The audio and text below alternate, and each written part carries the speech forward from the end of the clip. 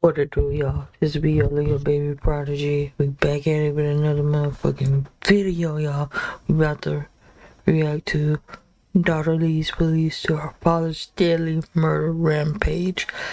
Let's get into it. Please go on and make yourself known. It's the next one. Shot fired. Of a multi-hour rescue operation after a deranged father just shot his wife in front of their own children. That's wild. Should never ever happen. Should never lead to that. He's got a rifle, okay? As far back as you can go. In the middle of this chaos, police are racing against the clock to save the wounded mother trapped inside, leaving them with no choice but to get creative, even if it means using the shooter's own children to bring the standoff to an end. Oh yeah, he's in the hole. He's in the drone. Hold back! Damn, this is like war up in there.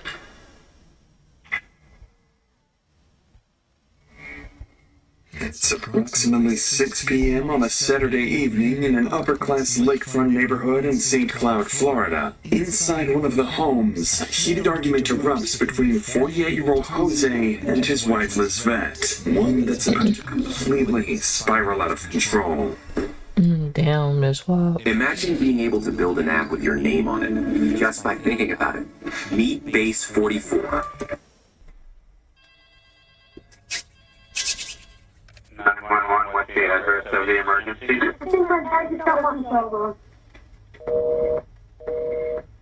Those are some nice houses, like big ass houses. I know he went back to the room.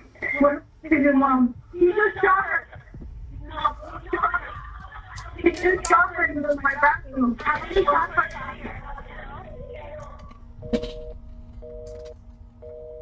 After the call disconnects, the St. Cloud Police Department rushes to respond, immediately dispatching 20 patrol cars to the scene. From what officers can gather, two siblings just watched their father shoot their mother, and they could be his next victims.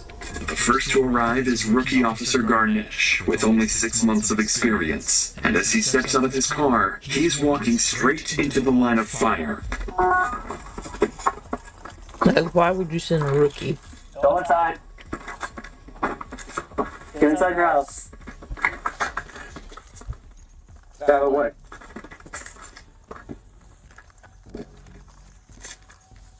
Yes, hold there.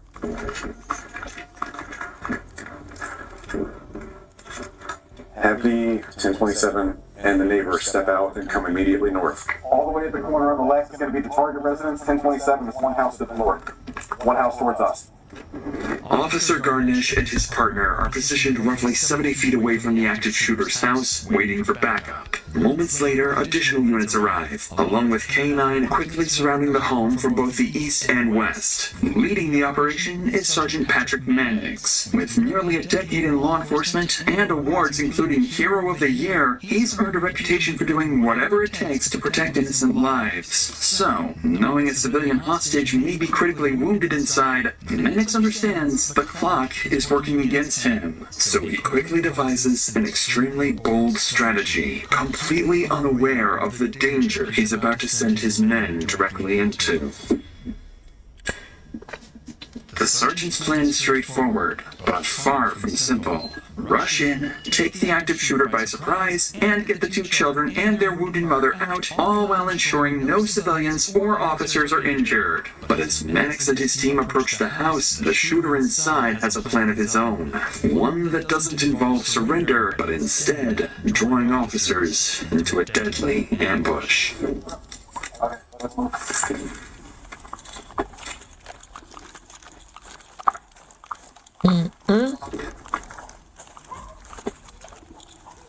That's wild.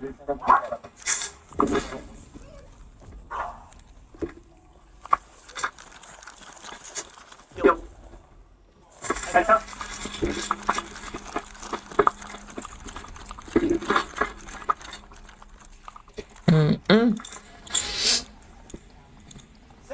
Release the body, make yourself know. Hold on, I think it's the next one.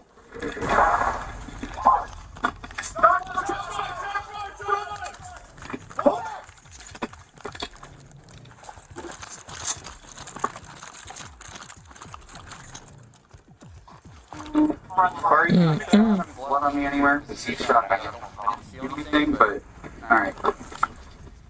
The shooter fires, but the round strikes the door instead, miraculously missing Sergeant Mannix by less than an inch. But as Wow, that's crazy. retreat to cover, He got critical missed. problem remains. Officers have yet to secure the south side of the property, which leads directly into a nearby park. However, rushing over there now would expose them to gunfire from the numerous windows surrounding the home. So, faced with this reality check, Mannix is forced to rethink the strategy from the ground up. With tension rising by the second, SWAT finally arrives on scene, along with a sniper and a drone operator, giving Mannix his best chance yet to contain the shooter. And, as fate would have it, the most dangerous assignment, securing the back of the house, falls to Officer Garnish. So with a wounded mother and two Like, children why would you still send a trapped rookie inside, to the back of the the house officer is about to face the most to do all that? dangerous moment That's of wild. his career. It's crazy. Go to the back. Two. Come on. Someone come along.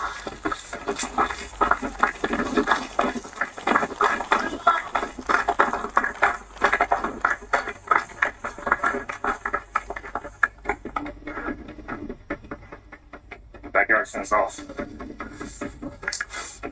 There's a fence back here. Just make sure they got him up there. It's that's all back here. That's me. 51. He ain't going nowhere, but Resident hop the fence 27 type shit. 6.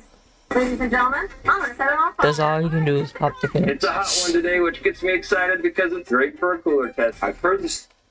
60. This is the St. Cloud Police Department. Come out with your hands up. I'm gonna duck down here and cover the top. I don't like standing right there. Yeah.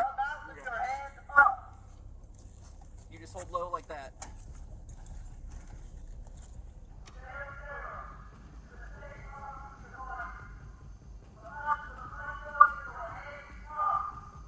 As Officer Garnish continues issuing commands, SWAT has now surrounded the house from all directions, while a sniper maintains visual on the front entrance. And, for the first time since the standoff began, police finally have gained the upper hand.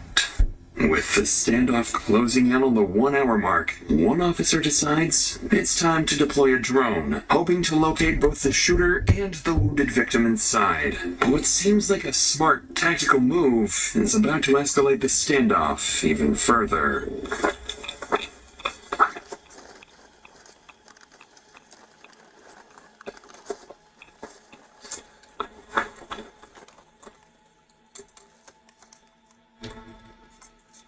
I'm getting ready to put the drone up. Come on.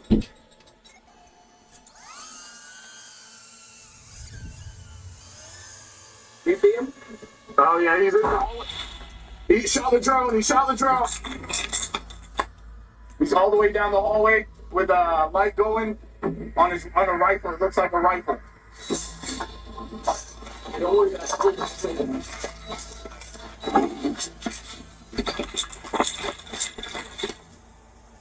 But you can see through the front door? Yeah, see him? Yeah. Despite successfully locating the shooter, the drone is shot down, making the suspect even more agitated. But even more concerning, there has still been no update on the two children inside or their injured mother until now. Suddenly, officers notice movement, and within seconds, the entire scene descends into chaos. We're sending people from the house just north down the street towards you, LT. LT, they're sending people our way. Get it, go, go, go, go, go, go, go. Over here, come on. Stay right here, buddy, stay right here. Go! Go! We're gonna make sure we get everybody. Go, go! Get behind the cars, get behind the engine. Oh, wow. They're not going to. Stay with me. Stay behind this. He's got a rifle, okay? You got a rifle? As far back as you can go. Please, just stay behind vehicles. Amid the chaos, officers successfully evacuate the captive children and nearby families, rushing them behind cover several houses away. A 10-year-old boy and his 24-year-old sister tell officers that the shooter inside is their father, Jose Fontanez, and the woman who was shot is their mother, Lisbeth Figueroa. And despite being terrified and shaken, both children are still willing to help. Unaware, they're about to become the key to the entire operation. With time quickly running out for the children's mother, Sergeant Mannix shifts his focus towards making direct contact with Jose, hoping negotiators can convince him to surrender before anyone else gets hurt. But interestingly, officers are about to realize the only people capable of reaching the father and finally bringing the standoff to an end are his own children. Are we trying to get that number for him? They keep asking for it, but I don't know if they ever came through. I'll find out. Thank you. LT, do you want to put a page out to patrol and have everybody? The person was telling me, the one that is outside my house, on the next door neighbor. He was telling me that if we have his phone number. So who knows Jose Ortega? They on his tips. Okay, they don't have a number for Jose. Yes. Oh. Okay, I get to know what shooter should have it. What does your dad do? What is his job? He builds like boats. Okay, how many guns does he have? They have one that said they had a license. Is it a pistol, a rifle? I'm not sure. It's a handgun, finger gun? Yeah. Handgun? Okay. Does he have any military experience? No. Where are you at? Alright, thank you. Give me 1 sec. Stay right here, okay? Dad's in construction. He has one single handgun. No military, no what whatever. Do we know who should be in the house? They said, I think mom, but I'll double check. Find out who I got a number. Okay. Who's supposed to be in the house? It was me and him, the dog, and my mom and my father. Okay, so only people in there right now should be your mom and your father. Yes. Thanks to the rescued children, police have now learned crucial information about Jose, not least his phone number. So with a direct line to Jose finally established, negotiators would attempt to initiate contact, only to encounter an obstacle they never saw coming. If you want to try and make contact, that's fine. I don't know if he'll answer. He said mom or daughter said she wasn't answering to him. We'll try. But... Hey, Jose. This is Patrick at St. Cloud Police phone. How you doing? This is so sad. You gotta go through all No that. English? Okay. You need English at all? Sure. What do you need? You need Spanish? Okay. Un momento, okay? He was sitting at the top. Did Dad speak any English? He was speaking English. I mean, he don't speak no English. Okay, you're good. I can get Cologne to you. I'll send him now. When we get the next one, let's have them come up and fill here. I'll cover for now. All right. Once you stop at racetrack, no other stop will do. My feet are killing me. But they don't have to. Dr. Schultz, new life for your feet. Just as officers believe they're finally making progress, they discover their suspect doesn't speak any English. It was already a stroke of luck that Jose answered the officer's call in the first place. But now, they're forced to wait even longer for Officer Colon, a Spanish-speaking officer, to arrive on scene. While they wait, investigators can't afford to sit still, so they turn back to the children for answers. Because if they can uncover Jose's motive behind all of this, they may be finally able to understand how exactly to stop him. But before we get to that, I used to just keep all my money in my bank account, not really thinking it was possible to grow it, without having to wrap my head around all the different investment and saving strategies. But then I realized there was a much simpler way. That's where our video sponsor, Chime, comes in. Chime is the #1 most loved banking app that makes saving simple, especially with their high-yield savings account. Whether you're saving up for a new purchase you've wanted for a long time, or for a weekend trip, Chime makes it simple. See, the national average savings rate is 0.38% APY, which is basically nothing. But with Chime's high-yield savings account, you earn 3.75% APY, about 9 times the national average. To put that into perspective, if you had $10,000 in a regular savings account, you'd earn about $38 in a year. But with Chime's savings account, that same money could earn about $300 is yours. That's the time? Yes. Okay, who called 911 originally? We all, and then I was like, So, Rich, who was the first person to call out? I really don't know. I just heard. I heard. So you two were in the house with mom and dad originally. You guys heard the shots, and then you guys left, or? I ran upstairs. He was screaming for my name. He shot him in front of me. What did you see exactly? I saw my mom running, telling him to stop. Him behind her. I didn't understand what was going on. I thought it was a big gun that he was shooting her with. So I saw her and the blood. She had a trip to California for work. So I had to do her nails. We were talking. She was telling me about fighting, and while he was fighting, then he was accusing her of cheating, like always. According to Jose's daughter, the attack on their mother was the result of weeks of paranoia over Lisvette's alleged affair with her boss. Paranoia that became so intense, Jose had begun stalking Lisvette and even secretly placing recording devices in the home. And with that, detectives realized that if Jose is capable of snapping and shooting someone over unconfirmed accusations of cheating, reasoning with him would So be basically, incredibly he dies while even he's with cheating. a Spanish translator present. Nevertheless, they have to try. Approximately 1 hour and 15 minutes into the standoff, Officer Colin finally arrives on scene. But as he prepares to make contact with Jose, he has no idea the shooter is about to make officers question everything they think they know about the situation and who they're truly up against. Jose, can you hear me? Jose? Jose, no oye. Jose, soy oficial Colón con el Departamento de Policía de San Cloud. ¿Tú estás bien? ¿Ah? ¿Tú estás bien? Yo estoy bien, ¿qué pasó? Ok, pues, ¿qué es lo que está pasando dentro? Take some deep breaths. Not some stress. Yeah, I just take a breath. ¿Quién más está dentro de la casa contigo? Un nene pequeño aquí. ¿Un nene pequeño? Saying as a child within inside. Okay, how old is the child? ¿Cuántos años tiene el nene? 10. ¿Y cómo se llama el niño de 10 años? Sí, ok. Ok, José, ¿tú puedes caminar hacia afuera de la casa, donde nosotros? ¿Para qué? ¿Para que me cojan? No es para que te cojamos, es para hablar contigo sobre lo que está pasando, porque no sabes. José, escuchamos algunos disparos.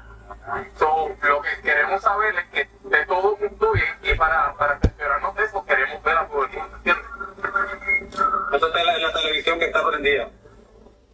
Esa es la televisión que está prendida. ¿Qué es lo que tú quieres ahora mismo? No sé, en verdad, no sé, que tengo la mente ida. Sal para afuera para nosotros poder ayudarte, José. ¿Me escuchaste, José? Sí, lo escuché. ¿Vas a salir para afuera? No sé, dame un break a ver. Jose makes the bizarre claim that the gunshots officers heard were actually coming from the television inside the house, despite police witnessing him fire multiple rounds. He also insists his 10-year-old son is still inside the home, the same boy officers had just helped escape with his sister moments earlier. It quickly becomes clear that Jose is either desperately trying to manipulate police or is deeply detached from reality. Either way, negotiators don't challenge his lies and instead continue trying to convince him to step outside. But as the call drags on for the next 20 minutes, their worst fears are slowly becoming a reality. Jose has no intention of surrendering. By now, the standoff has begun taking a visible toll, not only on the officers, but also on Lisvette's children and friends who anxiously wait on the street, knowing that every wasted minute could cost the innocent mother her chance at survival. And unsurprisingly, tensions are about to boil over as one of Lisvette's close friends begins confronting officers over their strategy. That's why he think the kids are still in the house. Which they not. They out safe.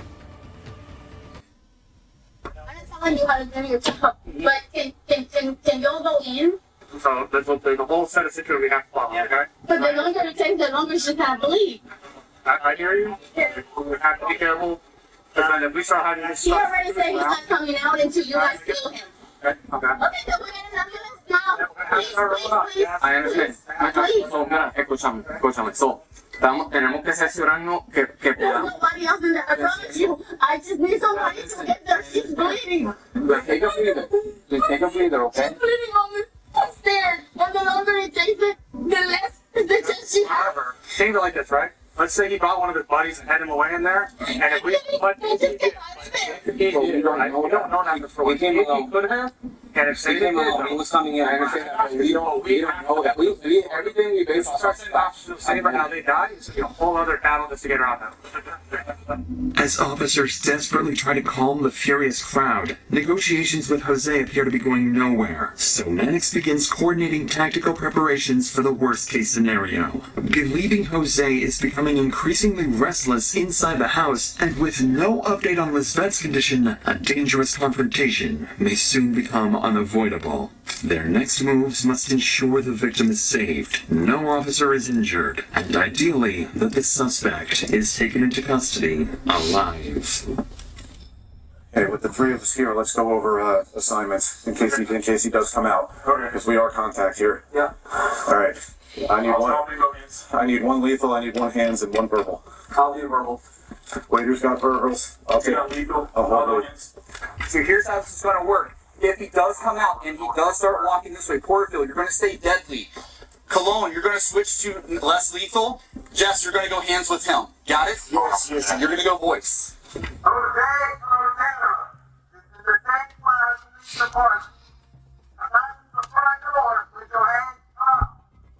What kind of rifle is it? A loud one. Alright, so whatever we do, we are not leaving this position. Got it? Even if he comes out, runs back in, we are not leaving. What was that, waiter? I said if he starts fighting with him on the ground, if we see there's nothing visible in his hands, I'm going to sling this taser. With Sergeant Mannix's plan now set in motion, officers hold their positions, waiting for the green light on whether Jose will surrender or whether they'll be forced to escalate the situation and make entry. But unbeknownst to Sergeant Mannix, he's no longer at the center of what happens next, as the final phase of the standoff is about to be initiated not by him, but by Jose's own son. At this point, with Jose continuing to resist police commands, his daughter attempts to call him herself, desperately trying to convince him to surrender, but the call goes unanswered. Then Jose's 10-year-old son tries calling him, and this time, the call connects. The father and son speak for several minutes before Jose suddenly hangs up. Although it's unclear exactly what was said, moments later, Jose calls officers back with an update they never saw coming. José, ¿me oye? Oficial Colón otra vez. Ok, ¿estás bien? Sí. ¿Por qué tú...? Yo me voy a entregar. ¿Te vas a entregar? Sí, me voy a entregar. José, hazme caso. Cuando salgas para afuera, sal con las manos arriba, ¿ok? Deja las pistolas ahí mismo. Que vas a salir por la puerta de la frente sin armas, sin nada, ¿ok? Si te puedes quitar la camisa, mejor todavía. Against all odds, Jose suddenly says he's ready to surrender. With adrenaline racing for everyone on the scene, officers hold their position from all directions, while the sniper watches over the front entrance, anxiously waiting for Jose to emerge. But after everything that's happened, police have no way of knowing whether he's telling the truth or setting up one final ambush. Really? Only wager on verbals. Only wager on verbals. Only wager on verbals. Stay on the end once he makes it, his exit.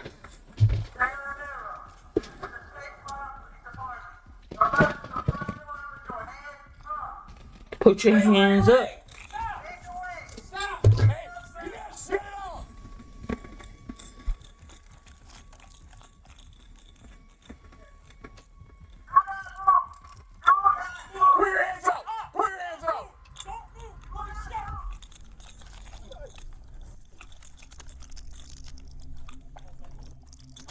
They finally got him.